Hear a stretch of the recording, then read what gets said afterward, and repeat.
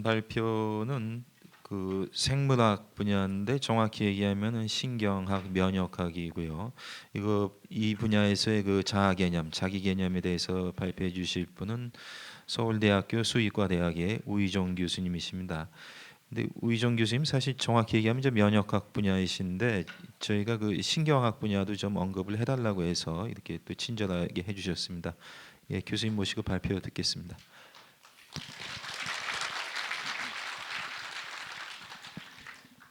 네, 안녕하세요.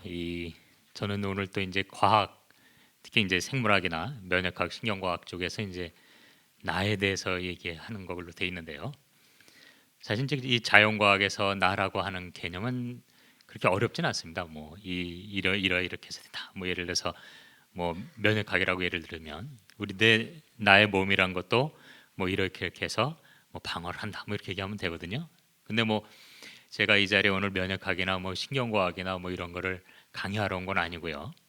그러한 그 자연과학으로 특히 생물학이나 뭐 면역학, 신경과학에서 그 밝혀진 바가 뭘 이 나라는 주제에 있어서 어떤 의미를 가질까 하는 것을 좀 더 생각해 보는 게 필요할 것 같습니다. 이 근데 이제 사실 저는 이 나는 누구인가 혹은 나를 버리냐 뭐 찾느냐 이 질문 굉장히 우문이라고 저는 생각하는데요. 어떻게 보면은 그러면 이 나가 누구냐 뭐 이런 질문으로 당연히 이어지는 건데 이 자리에 여기 뭐 몇 분 뭐 예를 들어 한 300분이라고 칩시다. 이 300분 중이 다 난데 이름 같습니까? 여기 다 틀려요. 뭐 심지어 여기 뭐 저는 이제 저를 나라고 생각하겠죠. 근데 내가 뭐 김종욱 교수님 한 대 때려봤자 뭐 제가 아픕니까? 김종욱 교수님이 아프지? 다시 말해서 이 나는 다 각자 나로 있는데 이렇게 다른 나를 어떻게 나를 뭐 버리냐 뭐 찾느냐라고 말을 할 것이며 내가 누구이냐 혹은 뭐 나는 누구이냐라고 질문한다는 것이 얼마나 좀 황당한가 전 개인적으로는 그렇게 생각합니다. 그래서 먼저 굳이 제가 이런 말씀을 드리는 것은 이 보편적인 나로서의 개념을 우리 그 자연과학이나 최소한 과학에서는 추구해 왔습니다. 그것이 이제 서양시의 관점이고요. 그래서 뭐 이 최소한 나라고 할 때 바탕이 되는 건 이제 내 몸이라고 저는 생각합니다. 내가 부모님으로부터 몸을 받아서 뭐 여기서 나타났으니까 제가 뭐 나다 뭐 이런 얘기를 하지 몸 없이 내가 뭐 나라는 얘기는 안 하거든요. 그랬을 적에 이 나라는 어떤 그 아까도 말했듯이 각 모두 다른 이 나를 말하기 위해서 이 다른 몸을 이야기해야 되고 그렇다면 우리는 왜 이렇게 다 각자 틀린 몸을 가지고 있으며 또 더 나아가서 왜 우리는 똑같이 뭐 두뇌라고 가지고 있는데 이 뇌는 똑같이 가지고 있음에도 불구하고 왜 다 뭐 나라고 그래도 다 틀린 나를 가지고 있잖아요. 그래서 이제 그러한 어떤 우리가 나라고 말했을 적에는 그런 보편적인 나보다는 사실 나만의 어떤 개체 고유성, 뭐 줄여 말하면 개성이 되겠습니다만은 그러한 것이 더 우리가 관심을 갖고 바라봐야 되지. 나라고 말하면서 뭐 다 통하는 뭐 어떤 보편적인 나를 따진다는 것은 그건 진짜 굉장히 관념적이고 전 사변적인 거라고 봅니다. 그런데 이제 불행히도 이 과학은 그런 보편적인 나를 이제 다루고 있죠. 그래서 뭐 우리 몸에는 뭐 뇌가 어떻게 뭐 만들어져 있고 누구나 다 통할 수 있는 얘기로 또 우리 몸에는 뭐 몸의 나를 규정하는 여러 가지 면역 세포들이 뭐가 있다는 등 뭐 이런 거는 매일 연구하고 있어요. 그러다 보니까 정작 우이종이로서의 나, 뭐 김종욱 교수로서의 나 이거에 대한 얘기는 전혀 과학이 다루지를 못합니다. 그렇다면 어쨌든 이 서양 과학 뭐 이게 생물학이라고 해서 좋고 뭐 신경과학 다 상관없습니다만 그것이 최소한 지금까지 우리한테 밝혀낸 것에 대한 의미로서 나를 한번 생각해 본다고 한다면 그것은 충분히 의미가 있는 것 같습니다. 그래서 먼저 제가 우리는 나 몸으로부터 출발하니까 내가 뭐 몸이 있으니까 나라고 얘기하니까 몸에 대해서 한번 일단 출발점을 잡아본다면 몸은 우리 다 사실 뭐 팔다리 머리 다 똑같이 있습니다. 그러나 뭐 여러분이 이 자리에서 이 몸을 가지고 있기 위해서 최소한 뭐 여기 뭐 제 이제 자식 버린 한 20대도 있고 제 부모님 버린 한 80대도 계신 것 같은데 그럼 이제 나이 드신 분은 그럴까? 저 어린 녀석이 뭘 또 안다고 전화해서 떠드냐? 또 뭐 나의 좀 적으신 분은 왜 나 아저씨가 또 이렇게 떠드나 뭐 이렇게 얘기하겠지만 사실 우리가 이 자리에 여기서 이렇게 얘기를 나누기 위해서 이 몸이 여기에 존재하기 위해서 얼마만한 시간의 누적이 있을까요? 최소한 그 뭐 이 우리가 알고 있는 지식의 어떤 한계 내에서는 이 우주는 빅뱅으로서 태어났다고 뭐 말을 하고 있거든요. 시작됐다고. 그래서 약 한 150억 년 전에 시작됐다고 봅니다. 그래서 그 후에 시간이 흘러서 지구가 만들어지고 지구에서 뭐 생명체가 등장하고 그래서 뭐가 나오고 그래서 어쨌든 그런 건 뭐 하여튼 그 학자들이 그러니까 그런가 보다 하지만 어쨌든 지금 이 자리에 우린 여기 있어요. 그리고 분명히 나의 부모도 있고 쭉 올라가면 어쨌든 우주에서부터 뭐 시작됐겠죠. 그렇다면 여기에 우리가 있기 위해서 필요한 여러분의 나이는 150억 살이라는 얘기입니다. 뭐 20대, 뭐 50대, 80대 그 별 의미 없는 거예요. 그러면 우리가 여기에 있을 적에 그만한 150억 년의 시간의 누적이 있다는 것은 그만한 시간의 어떤 역사성 속에 존재한다는 겁니다. 이 최소한 과학적으로 나를 말한다 하더라도 시간의 역사성이란 건 우리가 이제 불교적 용어로 말하면 이제 업이라고 말하죠. 업. 제가 쭉 지금까지 있기 위해 어떤 업.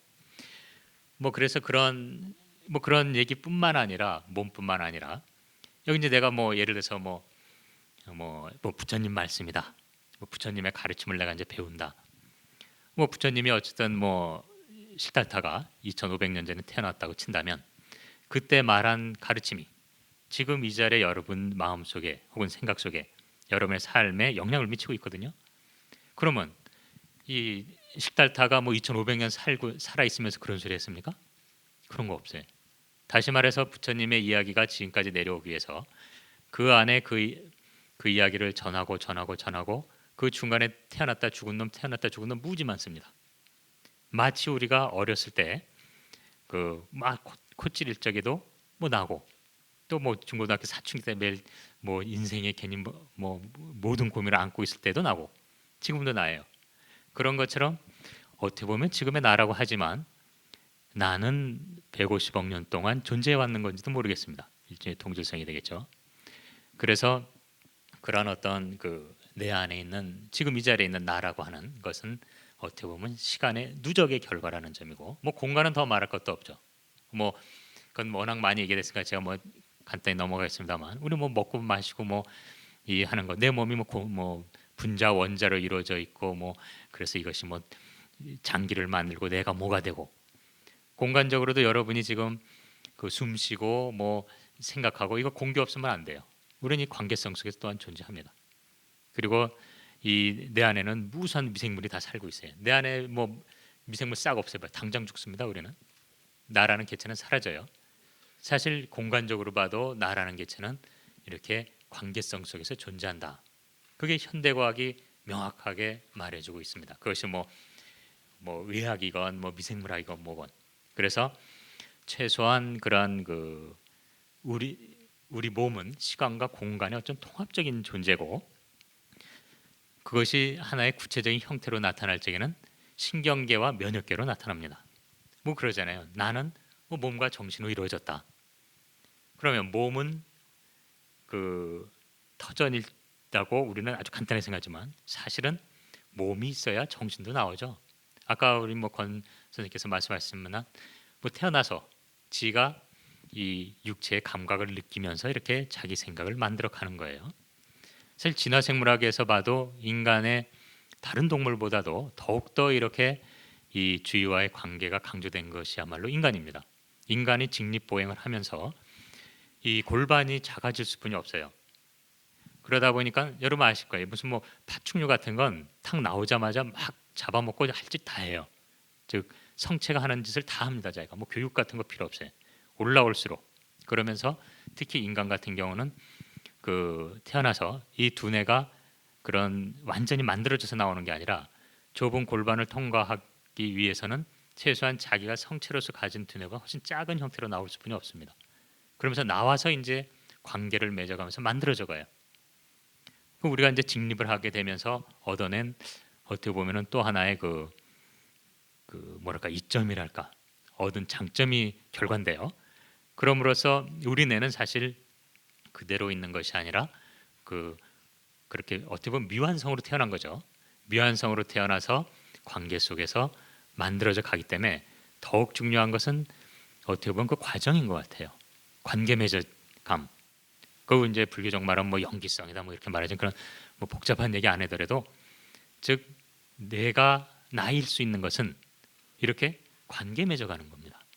근데 그게 면역도 마찬가지예요. 면역도 여러분이 그 농촌에서 태어나서 진짜 건강하게 막 흙도 만지고 막 먼지도 쐬고 막 건강히 노란 사람과 완전히 그 에어컨이 되어 있는 아파트에서 뭐 최고급 아파트에서 산 사람하고 실제로 아토피 같은 게 누가 더 많으냐? 도시에서 그렇게 오히려 깨끗하게 공기까지 막 걸러가면서 준 아이들이 더 아토피나 자가 면역 질환이 많습니다. 그 뭐 이미 데이터도 나와 있고요. 그러면 왜 이렇게 막 지저분하게 막 키운 놈이 어째서 더 건강하고 왜 우리가 생각하기에 깨끗하게 키운 놈은 왜 오히려 더 병이 많을까? 그건 그만큼 우리 면역도 자라면서 수많은 것과 교류하면서 관계하면서 만들어져 가는 겁니다. 튼튼하게. 여러분 예방 백신 어렸을 때 맞았을 거 아니에요? 그 우리 면역은 기억하는 겁니다. 그래서 신경처럼 관계 속에서 기억을 하고 자기를 만들어가요. 여기 면역 상태 다 틀립니다. 여러분 여기 계시지만. 그래서 내 몸이라는 것도 이 관계성 속에서 만들어지고 또 그러면 이 신경계와 면역계가 또 다르냐? 그것도 아니에요. 그것도 둘이 관계하고 있어요. 이 관계에서 시작해서 관계로 끝나는데 그래서 여러분 아실 거 아니에요. 옛날에 막 기도원에 가서 열심히 기도해서 뭐 암이 나왔다 이런 얘기 들어보셨을 거 아니에요. 이 과학이 좀 발달하기 전까지는 거 뻥이라고 생각했거든요. 야 저것도 저 기도원에서 혹은 뭐 저 절에서 또 자기네 절 뭐 영험 있다고 소문 내려고 그러는구나. 돈 벌려고 그러지. 뭐 이렇게 생각할 수도 있어요. 근데 그게 아니라 진짜 자기가 그 마음을 다해서 기도하거나 명상하거나 이랬을 적에 우리 신경계의 그 신경 전달 물질이 여러 가지 면역 세포에 그대로 작용을 합니다. 예전에는 우리 과학이 좀 일천했을 적에는 신경계와 이제 뉴로사이언스죠. 그리고 신경과학과 면역학은 별개라고 생각했어요. 그러나 지금은 보니까 면역학에서 나오는 물질들이 또 신경을 다 자극합니다. 그래서 여러분 아마 예민하신 분들은 뭐 먹을 적에 이거 먹으면 체하지 않을까? 탈나지 않을까? 이렇게 생각만 해도 꼭 탈나시는 분이 있어요.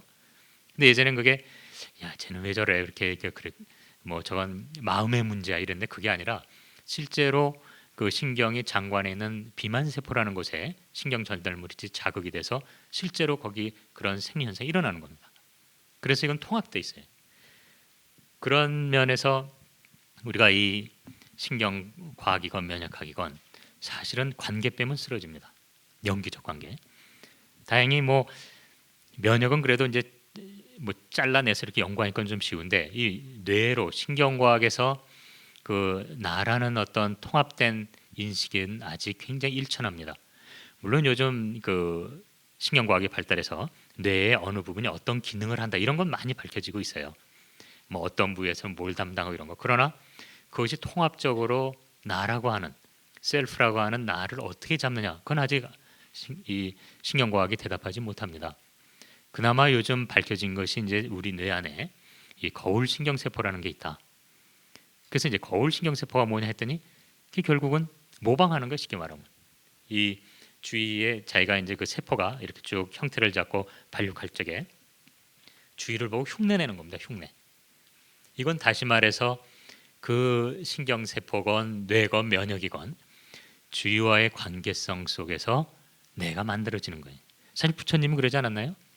이것이 있다는 건 저것이 있는 거고 저것이 있는 건 이것이 있는 거고 뭐 멸하면 다 멸하고 뭐 이런 소리 하셨거든요. 결국 어떻게 보면은 이 내가 누구냐 사실 이 그 질문에 대해선 또 다른 말로 말한다면 너는 누구냐 질문이 나는 너로 말미암아 존재하거든요. 또 너는 나로 말미암아 존재합니다. 그렇다고 해서 나와 너가 분리되어 있는 건 아니죠. 관계죠. 그 말은 나로 말미암아 너로 말미암아 나라는 얘기는 관계라는 얘기인 거고 그렇다면 최소한 나의 관점에서 나의 시점에서 내가 누구냐라고 말한다는 것은 사실 별거 없어요. 너와 나의 관계는 게 뭐예요?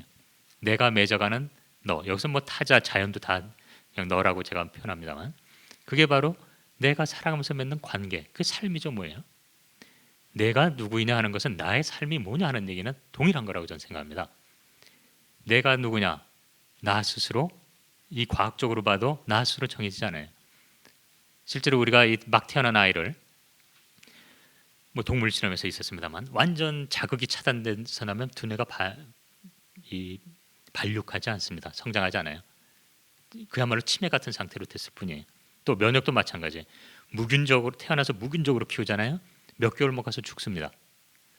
실제로 무균돼지 만들 때 그게 참 어려운 문제가 있는데, 그래서 이 그러한 어떤 구체적인 어떤 실체로서의 나라는 것은 굉장히 허상입니다. 물론 우리가 너로 말미암아 나를 인식하게 되고 또 너와의 관계성 속에서 내가 만들어지기 때문에 나라는 것을 지금 들고 있지만, 이것은 결국 관계에 의해서 만들어진다는 것은 계속 시간에 따라 관계 유형에 따라 계속 변하는 겁니다. 고정된 나라는 개체 고유성은 없어요. 그럼에도 불구하고 또한 우리는 뚜렷이 내가 최소한 가깝게는 몸을 받고 길게는 150억 년 전부터 맺어온 관계로 인해서 나라는 개체 고유성을 또 가지고 있죠. 그래서 어쨌든 이러한 그 관점에서 본다면 나를 버릴 것이냐 찾는가, 내가 누구냐, 이런 관점은 사실 너에 대한 너와의 관계, 즉 내가 살아가면서 맺는 대상, 주위 환경과 맺는 관계성 속에서 규정되고 이야기되는 것이지, 결코 따로 딱 떼서 나를 찾냐 버리냐, 뭐 나는 누구냐, 이거 황당하니. 그렇지만 또 그럼 그렇게 말씀하시는 분들 계실 거예요. 야, 과학적으로 그럼 그렇다 쳐도 야, 우리 불교에서는 뭐 그 뭐죠, 시신마, 뭐 이목고, 이 나 찾는 게 그렇게 중요하고 이게 대단한 거라고 그러는데 너 그럼 되냐? 저는 이렇게 생각해요. 뭐 시신마 본래 면목이 뭐냐, 그 질문도 사실 전제가 없으니까 다 쓸데없는 질문입니다. 다시 말해서 그 질문이 의미를 갖는 것은 지금 이 자리에서 나의 삶이 어떠한 것이냐를 전제할 때 시신마가 필요한 거지. 뭐 시신마 찾아서 뭐 할 거예요? 나 찾아서 뭐 할 거예요? 다시 말해서 그것을 통해서 나의 삶, 지금 이 자리의 삶이 변화할 수 있다는 것이 될 때 내가 누구이냐, 나를 찾을 것이냐 버릴 것이냐, 이게 의미 있는 것이지. 우리가 그런 의미에서는 사실 이 자연과학도 마찬가지입니다. 이 면역학이나 뭐 신경과학, 혹은 뭐 여기 보면 심리학, 정신학, 뭐 서양 철학, 뭐 불교, 뭐 많은데요. 저 다 왜 있어요 저런 거? 쓸데없이. 저기 가리키는 게 뭘까요?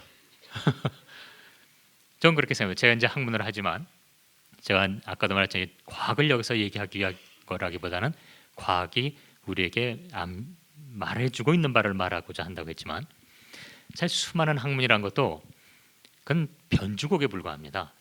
그 인문과학이냐 사학이냐 뭐 자연과학이냐 하지만 그거 가지고 목매는 놈 치고 어리석은 놈이 없어요. 그 학문 막 목매죠.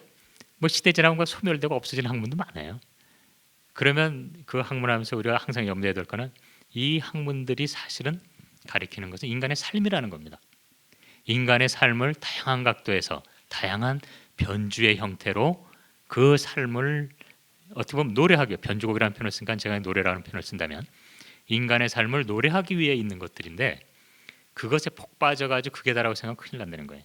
다시 말해서 내가 누구냐 이런 얘기를 할 적에 그것은 너와의 관계에서 맺어지고, 최소한 신경과학이나 면역학도 그런 것을 말해주고 있습니다. 뭐 구체적인 건 뭐 책에 그냥 과학적인 얘기는 썼으니까 한번 보시면 되겠지만, 그래서 저는 그렇다면 내가 누구이냐, 다시 말해서 너는 누구냐, 너와의 관계가 무엇이냐라고 질문할 때 그것은 삶이라는 말로 우리 표현된다고 보고, 그렇다면 가장 중요한 것은 나의 삶, 혹은 삶이란 건 뭐 그렇게 말하지만 너를 배제하고는 얘기가 안 되는 거니까요. 삶이란 말에선 삶이 무엇이냐 하는 질문, 내 삶의 의미로 우리는 이 나는 누구이냐 이거를 바꿔야 된다고 봅니다. 그래서 저게 이 삶의 문제에서 가장 중요한 것은 그것이 관계라면 관계에 자기가 함몰되지 않는 것, 그건 전제 깨어 있음이라고 표현하는데요. 그래서 사실 그것을 다른 이제 그나마 이 과학적으로 접근하는 것은 복잡계 과학이 있습니다. 그래서 아마 그 책에는 복잡계 과학에 대한 얘기가 실제로 써 있습니다만, 뭐 제가 여기서 오늘 복잡하게 뭐 복잡계 설명할 건 아니고요. 거기서 얘기하는 것은 결국 이 관계 속에서, 즉 삶이란 건 너와 나의 관계인데, 관계 속에서 그 특정 조건이 있을 때 완전히 새로운 사람으로 태어난다는 겁니다. 그래서 내가 누구냐, 나를 버릴 것이냐 찾을 것이냐 하는 문제는 내 삶의 형태가 과연 그렇게 열려서 깨어 있느냐, 아니면 관계에 묻혀서 관계에 매달려서 끌려가느냐의 문제고, 그것을 극복할 때, 즉 끌려가는 자신의 관계성 속에서 휩쓸려가는 자기 자신에 대해서 되돌아보고 극복했을 때 오히려 이 진정한 너와 나의 관계, 나라는 게 뭐 너로 말미암아 내가 규정되기 때문에 그것이 의미를 갖게 된다 하는 얘기를 저는 말씀드리고요. 그래서 그 제가 그 원고의 마지막에 언급한 것은 결국 우리가 삶에서 그렇다면 이 자연과학, 신경과학 다 뭐 분명하게 말해주는 건 내가 내 안에 갇힌 자기중심적인 것이 아니라 이 정말 넓은 이 관계 속에서, 이 전 세계에 펼쳐진, 이 우주 속에 펼쳐진 관계 속에서 이 존재할 수 있고, 그 존재라는 것은 단지 내가 지금 몸을 받고 있기 때문에 이 관계 속에서 내가 중심이 돼서 이 자리에 서 있을 것이기 때문에 자기 중앙적인 삶의 형태, 자기 중앙적인 나라는 관점, 자기 중심이 아니라 자기 중앙, 뇌덕이 있다면 중앙에 설 수 있는, 우리 모두가 각자 점에서 설 수 있는 거죠. 여러분, 인드라망이라는 게 있는데 여러분은 그 이제 그물처럼 얽혀져 있다고 그러는데, 그러니까 한 우리 생명도 하나하나 나라는 모습으로 얽혀져 있지만 그 그물 중에 어디가 납니까? 이 그물이 이렇게 교차하는 그 각 교차점에 뭐 이렇게 진지하신 거예요. 종종 우리는 그물이다, 그물망이다 그랬으게 이 그물의 실이 이 교차하는 이 점을 말하지만 저는 그렇게 생각하지 않아요. 그건 잘못 생각입니다.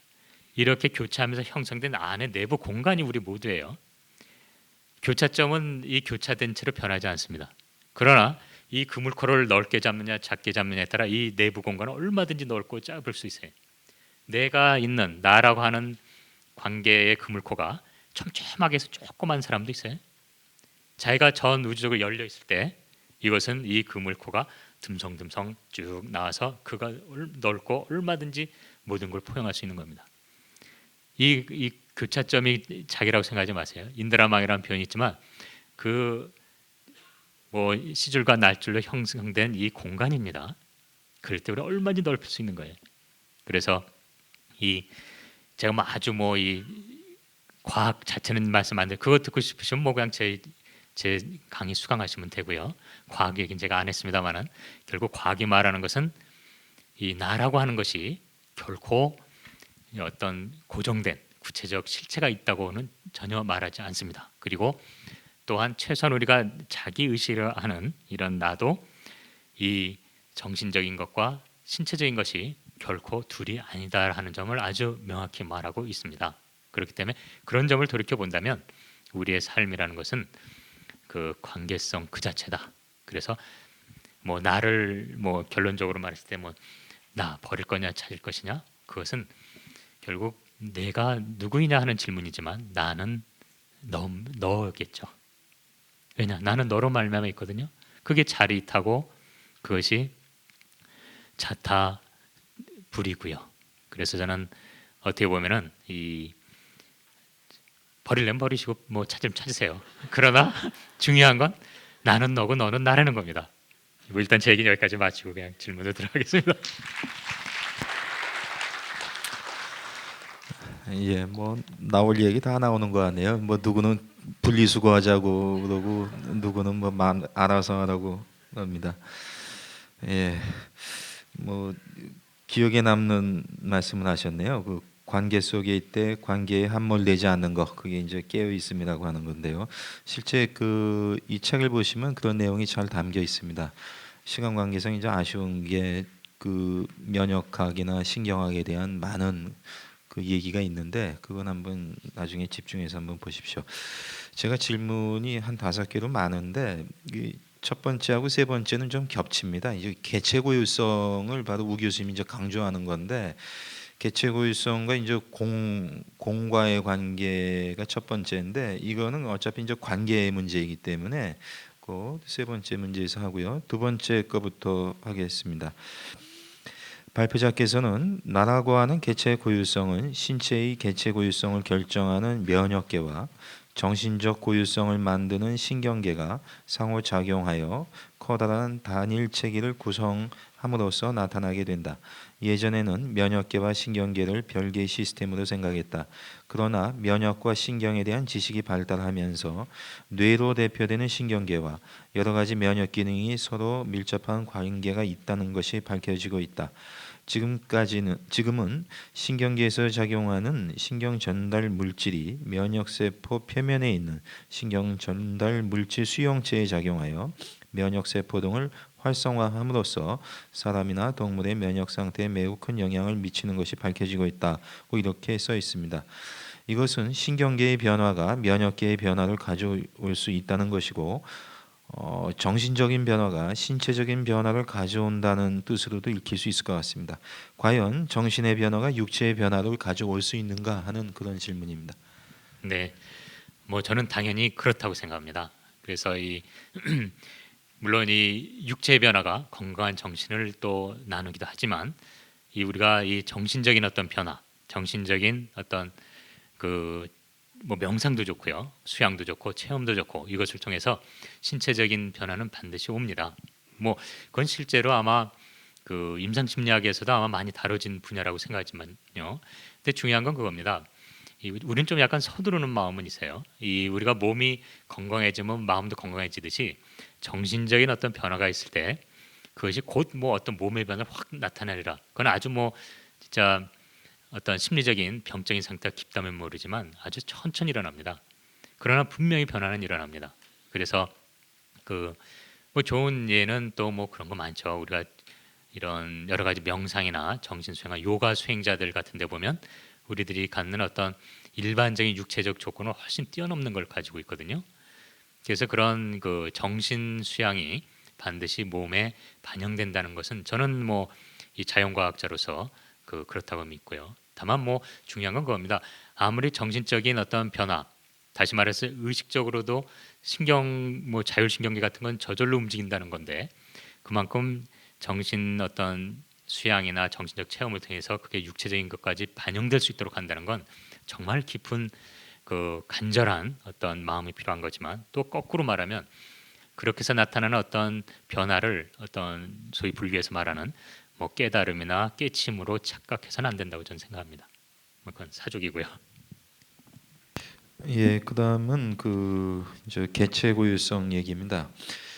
발표자께서는 나를 연구하는 현대 면역학이나 인지신경과학은 그것이 육체이건 정신이건 모두 관계 속에서 자신만의 모습을 빚어짐을 밝히고 있다. 나의 개체 고유성은 내가 만들어간다. 개체의 탄생과 소멸을 통한 삶의 반복성과 더불어 오직 자신만이 경험하는 삶의 과정 속에서 그 누구도 대신할 수 없는 자신만의 삶이 만들어지는 것이고, 그래서 우리 각자의 삶은 지금 모습 그대로 누구나 소중하며 온전한 것이다. 이렇게 써 있습니다. 이것은 관계성 속에서 개체 고유성이 형성된다는 말 같습니다. 그러나 관계성과 개체 고유성은 양립이 그렇게 용이한 개념 같지는 않습니다. 관계성을 강조하면 고유성이 희미해지고 고유성을 강조하면 관계성을 놓치게 되는 것이 아닌가요? 하는 질문입니다. 네, 이 질문은 김 교수 일부러 하신 거죠? 설마 이렇게 생각한 거 아니시겠죠? 그래서 예, 저는 오히려 그렇게 생각합니다. 이 관계성이 많을수록 개체 고유성이 더 풍요로워진다고 저는 생각하거든요. 다양해지고 왜냐하면 결국 개체라는 것은 그 아까도 말했지만 시간의 누적, 공간적 누적. 우리는 갑자기 하늘에서 뽕 떨어지는 것이 아니라 뭐 정말 긴 시간, 150억 년, 150억 년, 아니면 최소한 뭐 개인으로 보면 개인의 태어난 나이 수만큼의 시간의 누적이 있기 때문에 이러한 그 개체 고유성이라는 것은 그런 누적의 형태로서 자리 잡은 거기 때문에 그것은 내가 겪은 관계에 의거해서 나오는 겁니다. 그래서 이 아무리 일랑성 쌍생아도 그 키워놓으면은 지가 뭐 다 겪는 게 암만 해도 다르다 보니까 역시 틀려져요. 그래서 오히려 관계하는 시간이 많아질수록 시간이 누적될수록 개체 고유성이야말로 더욱더 나타나게 된다. 그렇게 생각합니다. 저는. 예, 제가 이렇게 생각하지 않냐 이렇게 하셨는데 사실 우 교수님이나 저도 그렇게 동의합니다. 우 교수님 생각에. 그리고 관계성이 많을수록 개체 고유성이 풍부해지고 그리고 특히 오늘날 특히 복잡성 과학 같은 데서는 그걸 주장을 하고 그런데 전통적으로 서양 철학에서 보면요 실체성과 관계성은 상반 개념이에요. 그래서 양립하기가 참 어려웠고 그렇기 때문에 적어도 니체 이전까지 19세기까지는 그 중에서 실체성에 상당히 집중했던 건 사실입니다. 관계성은 별로 그렇게 관심이 없었고요. 그런 어떤 맥락들도 있기 때문에 우 교수님처럼 이렇게 당연하다고 보지 않는 사람들도 분명히 있습니다. 예, 그래서 질문했던 거고요. 그다음 질문은 아상이라고 하는 용어인데 이게 상당히 이제 우 교수님이 독특하게 쓰고 계셔서 한번 짚고 넘어가고 싶어서 제기하는 겁니다. 발표자께서는 깨어 있음은 일상의 삶을 떠나 존재하는 것이 아니며 개체 고유성이라고 표현되는 아상을 지닌 생명체가 열린 존재로서 이 세상 현상계의 바탕인 관계성에 대한 철저한 지각을 통해 개체로서의 부분과 한마음으로 표현되는 근원과 분리가 되는 세계 속의 경계인으로서 살아감을 말한다. 일상인의 삶 속의 깨어있는 삶을 위해서는 불교에서 아상이라고 표현되는 생명체의 개체 고유성에 대한 재인식이 필요하며 또한 깨어있음에는 아상이 고통의 원인이라기보다는 오히려 다양한 존재가 서로의 차이를 보면서도 차별 없이 상직하는 화엄적 근거가 된다는 점에서 아상에 대한 적극적 해석이 필요하다고 이렇게 써 있습니다. 이것은 개체 고유성으로서의 아상이 고통의 원인이라기보다는 오히려 다양한 존재가 상직하는 화엄적 근거가 된다는 말입니다. 발표자께서는 개체 고유성의 소중함을 강조하는 것은 이해할 수 있습니다. 하지만은 개체 고유성을 굳이 아상으로 표현할 필요는 없는 것 같습니다. 불교의 기본이 무아이고 무아는 아소와 아상의 타파에 있고 그럴 때에만 상직의 불이도 이루어진다고 볼 수 있기 때문입니다. 굳이 보자면은 선불교에서의 자성 오늘 이제 논의가 될 텐데요. 본래의 고유성이라는 뜻에서 이런 자성 개념이 차라리 개체 고유성에 합당한 것이지 아상이라고 하는 건 상당히 오해를 불러일으킬 수 있지 않냐 하는 질문입니다. 네, 뭐 어떻게 보면은 뭐 같은 김 선생님이나 저나 같은 의미일지 모르지만 저는 이렇게 생각합니다. 오히려 자 우리가 이 선불교의 자성이 개체 고유성일까 해볼 때, 자 우리가 뭐 어떻습니까? 근본 자성이 물듭니까? 우리가 이제 보면은 근본 자성 물들지 않는다 이런 표현이 있어요. 그러면은 또 이 아상을 뽀개 버립시다. 뭐 나라는 거 뽀개 버려. 그러면 그 무아가 있겠네요. 그러면 뭐가 불이에요? 뭐가 상직이에요? 불이, 즉 둘이 아니다라는 건 둘이 상정돼 있는 겁니다. 근데 그것이 알고 보면 둘이 아니라는 얘기죠. 한쪽 뽀개버리면 큰일 나요. 반신불수됩니다. 그러면 불이가 형성이 안 돼요. 불이란 건 없어요.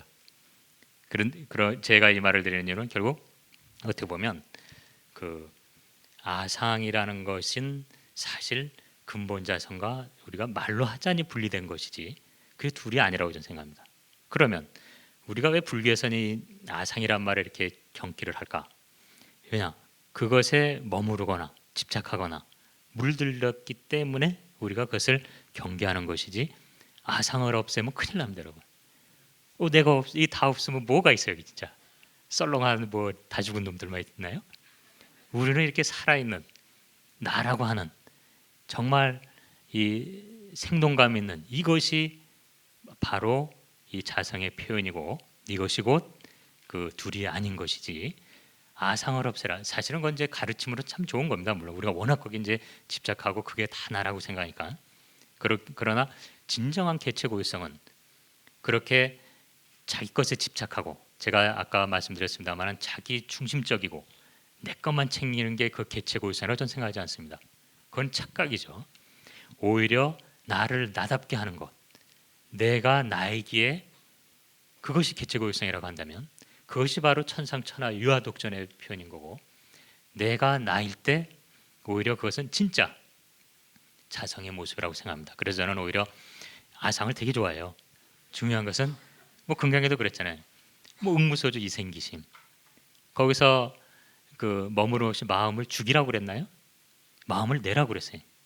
나라는 내 안에 들어있는 내가 관계를 맺어서 나만이 표현할 수 있고 나만이 말할 수 있는 이것을 막 내라는 겁니다. 중요한 것은 거기에 머무르지 말라는 거죠. 그래서 저는 오히려 이 아상을 개체고유성이라고 표현하는 걸 좋아하고, 굳이 나눠서 말한다면 오히려 자성은 이러한 개체고유성의 터전이라고 굳이 말한다면 이렇게 저는 표현하길 좋아합니다. 대답이 되는지 모르겠습니다. 이 문제는 이따가 종합 토론에도 또 얘기가 나올 수 있습니다. 그래서 이 정도로 넘어가고요. 다섯 번째는 소위 그 뇌의 문제입니다. 아까 그 권성만 교수님도 이 자기 개념 얘기하면서 이제 뇌 기능에서 파생된 걸로 봤고, 지금 우희정 교수님도 결국 그 신경학적으로 보면은 뇌신경과 관련된 걸로 아마 볼 겁니다. 자, 발표자께서는 우리의 정신적 고유성은 뇌의 신경계에서 형성된다고 보고 있습니다. 그런데 불교에서는 안근, 즉 눈에 의존하여 안식, 시각의식이 있고, 안근, 의근, 이때 의근은 만호라고 해서 이제 마음을 뜻합니다. 의근에 의존해서 의식이 있다고 이렇게 합니다. 이때의 의식의 터전이 바로 의근인데, 그 의근은 언뜻 보면 요새 같으면 뇌 이렇게 답할 텐데요. 의식의 터전인 의근은 전념의 육식으로서 마음이라고 표현하지 뇌기관을 뜻한 적은 없습니다. 불교에서는요. 이것은 불교에서는 우리의 정신적 고유성이 뇌에 있지 않다는 것을 뜻할 수도 있습니다. 불교에서 뇌의 문제를 어떻게 다뤄야 할까요? 하는 질문입니다. 예, 뭐 아주 간단히 말씀드리면, 괜히 관념, 이게 뭐 진짜 이 유식 들어가서 관념적으로 되기 전에 간단히 하나 말씀드리면, 과연 자 그러면 이 육식이 몸 없이 나옵니까, 여러분? 이 뭐 안식, 뭐 안입이 설신, 이게 몸 없이 나와요? 몸 없이 안 나오거든요. 뒤집어 말해서 이러한 어떤 육식으로서의 이 마음의 어떤 물질적 터전이 저는 뇌라고 봅니다. 그러한 어떤 다시 말해서 우리가 뭐 3계 유식이라고 표현한다 하더라도 그것이 구체적으로 발현되기 위한, 그러한 구체적으로 발현하기 위한 근거, 터전, 이것이 저는 뇌라고 봅니다. 그런 면에서 본다면 결코 어떤 유식 불교적인 관점에서의 어떤 설명과 혹은 이런 생물학적인 혹은 물질, 사실 과학이란 건 이 생명체를 굉장히 유물론적으로 바라보는 건데요. 그렇다 해도 결코 뭐 굳이 이것은 상반되는 것이 아니라고 보고요. 그래서 그래서 저는 이 질문 항상 이럴 때 뭐 영혼이 먼저냐 몸이 먼저를 책에 일단은 몸 없이 뭐 정신작용이란 것을 우리가 최소한 육식 차원에서는 얘기를 하지 않기 때문에, 그것은 뭐 제 설명 아니라고 이 둘로 나눴습니다만 그야말로 둘이 아닌 이 육식과 이 뇌와 이것은 상호 의존해서 구체적인 형태로 발현시키는 터전이라고 저는 봅니다. 예, 제가 의근을 강조한 거는 의식의 터전은 이제 불교에서 의근이라고 하는데 그걸 뇌라고 한 적이 없습니다. 그렇다고 해서 불교가 뭐 영혼을 얘기한다는 그 이상한 얘기를 하고 싶은 게 아니고, 왜 그럼 특정 기관화를 하지 않았느냐 하는 데에 관심이 있습니다. 그러니까 계속 전에 있었던 관념의 내용을 지칭하는 것이지 어떤 특정 기관화를 시키지 않았고, 그 대목은 그야말로 관계성, 연기성을 강조하는 것이고, 이렇게 본다면 사실 뇌라고 보시는 분들과 만약에 뇌를 볼 때 실체로서 아니라 관계적인 뇌를 본다면은 뭐 불교하고 큰 차이는 없을 것 같습니다. 예, 뭐 이렇게 해서 지금 신경 면역학 쪽에서의 그 자기 문제를 우희정 교수님의 발표를 다 들었습니다. 예, 감사합니다.